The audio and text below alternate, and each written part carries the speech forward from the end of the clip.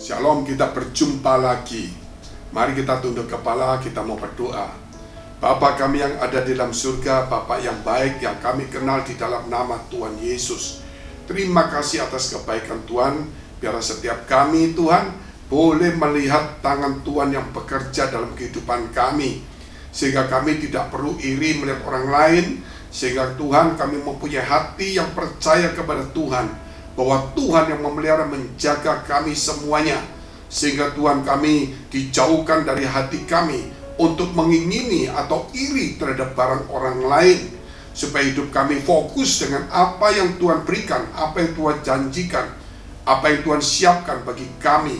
Di dalam nama Yesus, berikan kepada kami istirahat yang baik sebentar lagi, dan berikan kepada kami mimpi yang indah. Berikan kepada kami Tuhan istirahat yang enak, yang baik, supaya besok kami bangun, kami dengan tubuh segar, jiwa juga segar, dan roh kami menyala-nyala untuk siap Tuhan berjalan bersama dengan Tuhan.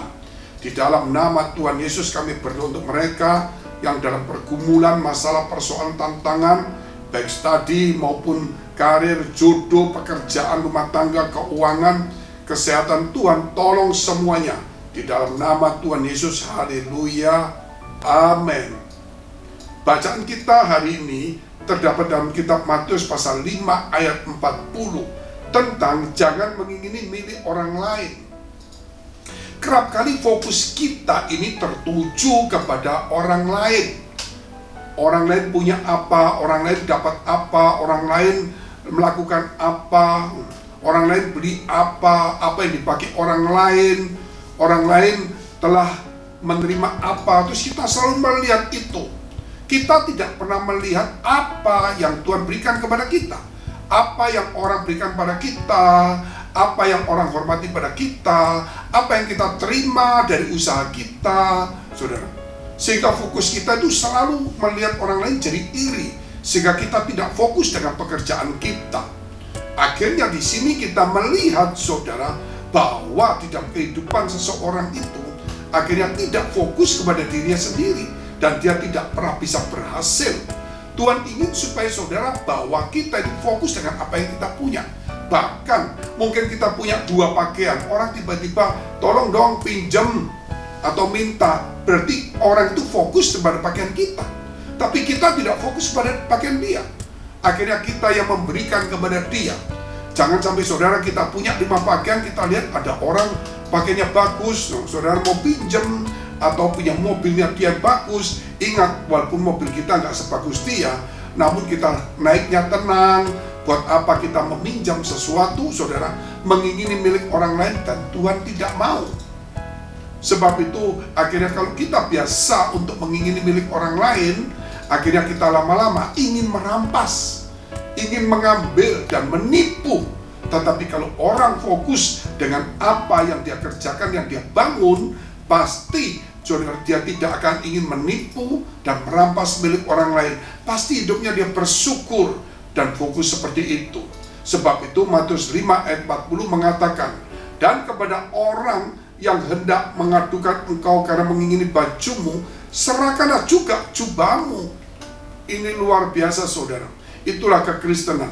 Kalau orang ada yang seperti itu, saudara, maka firman mengajarkan ya beri saja sudah. Nah, inilah. Jadi kita bukan ingin memiliki orang lain, tapi orang mungkin mengingini kita punya. Dan Tuhan mengajarkan kalau orang mengingini kepada kita punya, kita bisa punya keputusan memberi. Tetapi tentunya saudara, ya sesuai dengan kemampuan kita semuanya. Nggak harus selalu memberi. Tetapi kalau saudara lihat orang itu memang nggak mampu, dan orang itu nggak punya pakaian atau cuma satu, ya beri saja.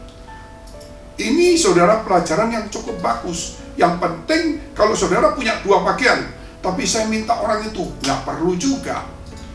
Orang lain boleh minta. Dengan adanya 2 pakaian, dia butuh lebih. Tapi kalau saudara sebagai orang beriman punya 2, walaupun saudara kurang, nggak perlu minta. Kenapa saudara? Fokus dengan apa yang ada. Saya percaya itulah orang ucapan syukur, dan disitulah nanti Tuhan akan memberkati kita. Kita lihat dulu Keluaran 20 ayat 12 sampai dengan 17 tentang 10 hukum Allah. yang dimulai, saudara, kita ambil ini adalah hukum, yaitu kepada sesama manusia. Ada dua hukum, satu hukum 1-4, hukum pertama sampai hukum keempat itu bicara tentang hukum kita kepada Allah.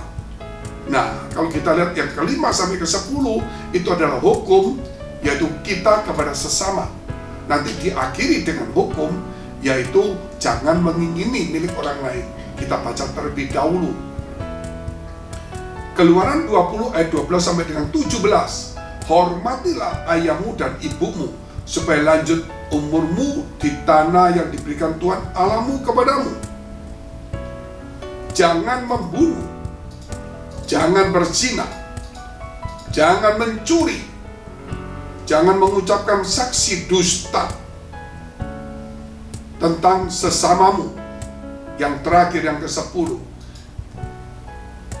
jangan mengingini rumah sesamamu. Jangan mengingini istrinya, atau hambanya laki-laki, atau hambanya perempuan, atau lembunya, atau keledainya, atau apapun yang dipunyai sesamamu. Jangan mengingini apa saja yang dipunyai, baik harta, rumah, apa saja yang dipunyai oleh sesama kita, jangan mengingininya. Sehingga saudara tidak perlu iri. Dan ketika mereka dapat, kita mengucap syukur, Tuhan memberkati dia. Nanti itu ada bagian kita sendiri. Orang yang percaya, saudara, adalah orang yang bisa menikmati apa yang dia punya.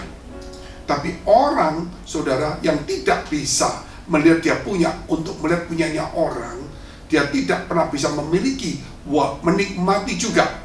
Walaupun dia mungkin punya rumah 3, dia mungkin punya anak, punya mobil 4, punya pabrik 2, tetapi kalau dia tidak bisa menikmati ini, dia cuma melihat orang lain, wah punya ini, punya bank, itu punya toko, itu punya hotel. Akhirnya kita timbul keinginan terlalu banyak. Dan disitulah akhirnya saudara, kenapa? Karena hal serakah itu muncul karena terlalu banyak mengingini milik orang lain. Orang lain punya ini, akhirnya kita ingin juga. Dan yang lebih parah juga, akhirnya karena mengingini milik orang lain, akhirnya kita membunuh. Akhirnya kita merampas, menipu. Mana mungkin saudara berkata demikian. Tetapi saudara lihat Daud itu, dia punya istana, dia punya istri, dia punya konde, dia punya prajurit, dia punya kekayaan. Ketika suatu hari dia jalan-jalan, dia melihat ada Bathsheba mandi, istri daripada panglima perangnya dia bernama Uria. Karena dia melihat, kemudian dia mengingini untuk dimiliki. Nah, itulah firman sudah mengatakan, maka Daud mengambil, dan di situ Daud sudah melanggar hukum ke-10.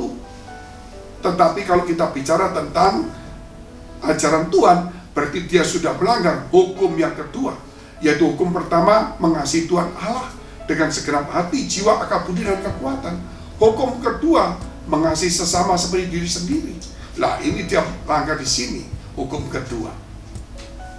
Dan akhirnya kemudian dia ambil dan dia panggil Uria untuk bersama dengan Bathsheba supaya jangan ketahuan.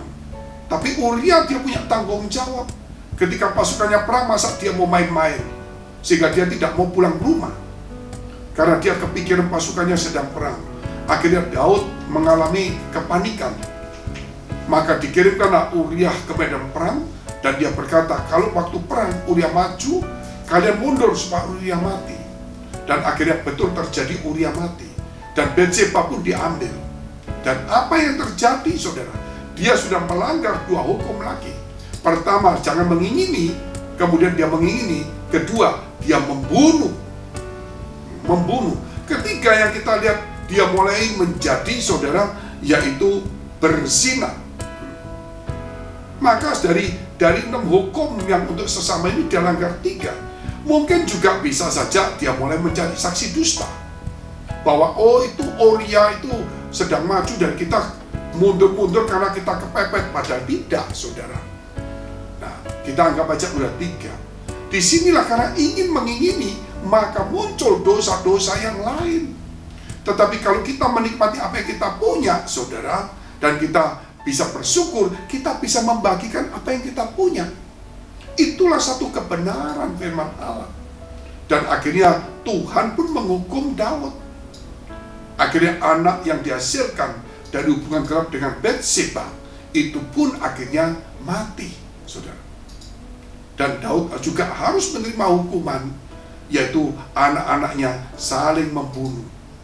Walaupun kita dicintai Tuhan dan mencintai Tuhan, namun jangan sampai kita berbuat salah, terutama sudah mengingini, muncul untuk merampas, muncul membunuh, menipu, muncul lagi, saudara, mau yang lain-lain mencuri dan sebagainya.